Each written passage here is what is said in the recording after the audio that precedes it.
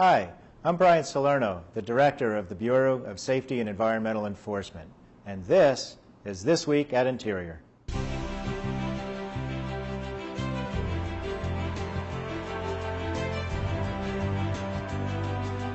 This Week at Interior.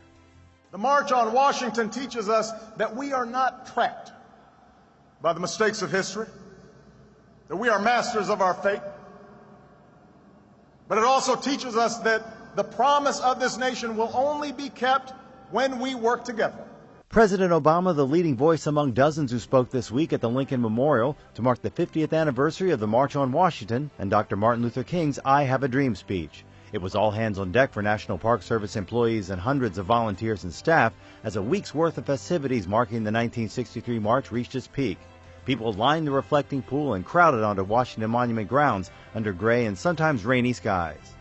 Arresting images from NASA this week of the raging rim fire that's slowly burning its way into Yosemite National Park. The fire has been blazing since August 17th, has so far consumed nearly 200,000 acres. It's the seventh largest fire on record in California, threatening thousands of buildings and burning brighter at night than the city lights of Reno. Nearly 5,000 firefighters are working to contain the fire. That is unreal. Good news for Everglades restoration. Secretary Jewell thanked Florida Governor Rick Scott for announcing that the state of Florida is committing $90 million over the next 3 years for the construction of the next phase of the Tamiami Trail Bridge in the Everglades. Secretary Jewell calls the effort a key step to increase water flow in the Central Everglades and restore this critical ecosystem.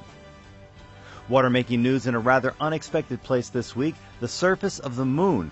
A joint study from NASA, the U.S. Geological Survey, and Johns Hopkins University described the detection of so-called magmatic water on the lunar surface, water that wells up from deep inside the moon's interior.